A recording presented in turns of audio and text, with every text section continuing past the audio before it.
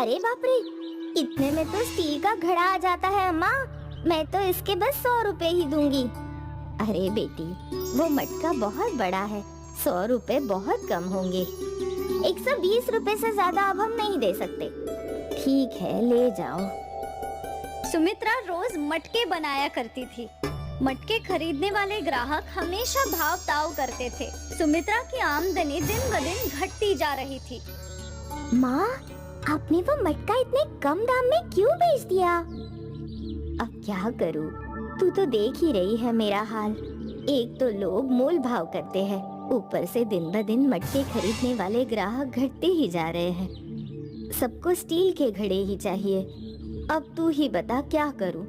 एक तो तेरी उम्र भी हो रही है, मुझे तेरे ब्याह की चिंता सताई जा रही है बेटा। माँ, तुम कहो तो मैं भी तुम्हारी कुछ मदद कर सकती हूँ। वो कैसे? मैंने सोचा है कि मैं कोई खाने की चीज बेचूंगी जिससे हमारी आमदनी बढ़ जाए। खाने की चीज? हाँ माँ, आजकल खाने का व्यापार ही सबसे ज्यादा चलता है। बाजार में हर खाने की दुकान पर भीड़ ही भीड़ रहती है। वो तो है, पर तू क्या बेचेगी? वो तो पता नहीं, 1-2 दिन में ढूंढ लूंगी। ठीक है, मुझे तेरे काम करने पे कोई एतराज नहीं। ये सुनकर अंजू बहुत खुश थी। शाम को वो बाजार गई और यहाँ वहाँ देखने लगी। चाट, समोसा, भेल, चाइनीज भेल, ये सब तो है इस बाजार में। मुझे इसके अलावा कुछ सोचना होगा, जो सस्ता भी हो और लोगों को पसंद भी हो। अंजू आगे बढ़ी तो उसने एक दुकान पर मैगी नूडल्स के पैकेट देखे। हाँ, मैगी! सबको मैगी पसंद है और ये सस्ता भी है और जल्दी बन भी जाता है। मैं मैगी ही बेचूंगी। अंजू ने घर लौटकर माँ को बताया। माँ, मैं मैगी बेचूंगी, पर क्या लोग मैगी खरीदेंगे? हाँ माँ, जब हम शहर गए थे तो मैंने वहाँ देखा था, मैगी के ठेले पे कितनी भीड़ लगी रहती थी। मैं भी मैगी बेचूंगी, हो सकता है हमारे ठेले पर भी भीड़ लगे। ठीक है, कोशिश करने में क्या है, ऊपर से मैगी के ठेले में कुछ ज्यादा खर्चा भी नहीं है। हाँ। सुमित्रा ने अंजू को कुछ पैसे दे दिए। इससे जरूरत की सारी चीजें और कुछ सब्जियाँ खरीद ले। ठीक है माँ। अंजू ने बाजार से मैगी का डिब्बा, सब्जियाँ और कुछ छोटी छोटी प्लेट्स खरीद ली। अगले दिन अंजू ने बाजार के बीचों बीच अपने मैगी का ठेला लगाया। अंजू की एक और चाट का ठेला था और दूसरी ओर भेलपुरी का। चाट और भेलपुरी के ठेले वाले अंजू के ठेले पर नजर गड़ाए बैठे थे। अंजू ने मैगी के पैकेट्स अच्छे से लगा दिए, जिससे ग्राहक उसके ठेले पर आकर्षित हो। कितने की है मैगी? सादा मैगी 15 रुपए और वेजिटेबल मैगी 20 रुपए। एक वेजिटेबल मैगी देना। अंजू ने 2 मिनट में वेजिटेबल मैगी बनाया और उस ग्राहक को दे दिया। ग्राहक को मैगी खाता देख कुछ और ग्राहक उसके ठेले पर आए। हमें 2 सादे मैगी देना। मुझे एक वेजिटेबल मैगी। जैसे जैसे ग्राहक ऑर्डर दे रहे थे, अंजू मैगी बनाए जा रही थी। अंजू का ठेला नया था और आते ही वहाँ ग्राहकों की भीड़ लगने लगी। ये बात अगल बगल के ठेले वालों से देखी नहीं जा रही थी। वो लोग जल भुन रहे थे। बहुत अच्छा स्वाद है गर्मा गर्म मैगी का। धन्यवाद। गरम गरम मैगी ग्राहकों को बहुत पसंद आ रहा था। पहले ही दिन से अंजू की अच्छी खासी कमाई शुरू हो गई। वो बहुत खुश थी। अंजू की कमाई देखकर सुमित्रा भी बहुत खुश थी। अच्छी बात है बेटा, तू ऐसी ही हमेशा खुश रहे। अंजू को अच्छा लग रहा था। आखिर वो अपनी माँ की थोड़ी सी मदद कर पा रही थी। वैसे भी सुमित्रा ने बहुत कष्टों से अंजू की परवरिश की थी। अगले कई दिनों तक अंजू का मैगी का ठेला अच्छा चल रहा था। ग्राहकों की भीड़ अक्सर वहाँ जमी रहती और अंजू की कमाई भी अच्छी हो रही थी। पड़ोसी ठेले वाले परेशान थे। एक दिन की बात है, अंजू ने ठेला लगाना शुरू किया। मैं तो घर से चम्मच लाना ही भूल गई, अभी लेकर आती हूँ। अंजू घर की ओर दौड़ पड़ी।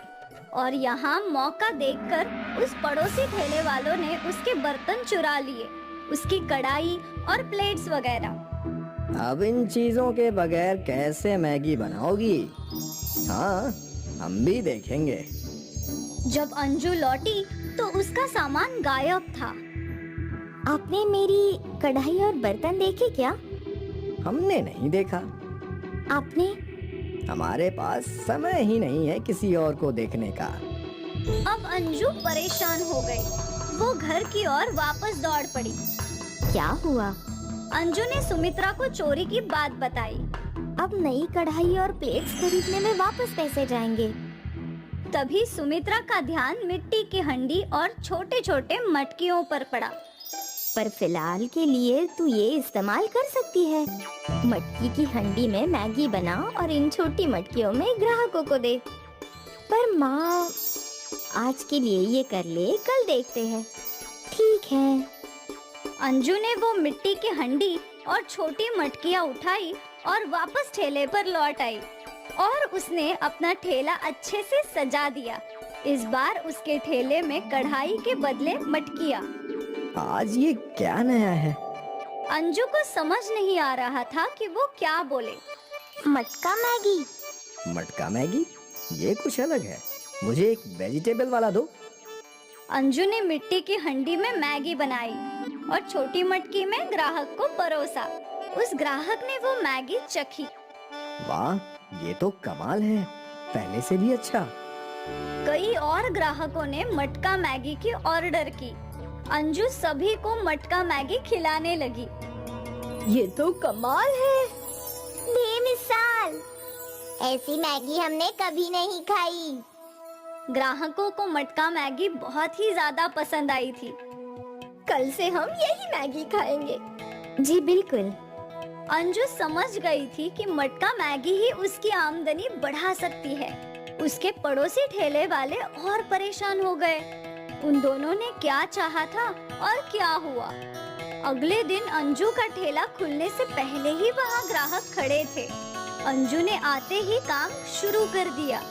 अब वो धड़ाधड़ मटका मैगी बनाते जाती और ग्राहकों को परोसती जाती।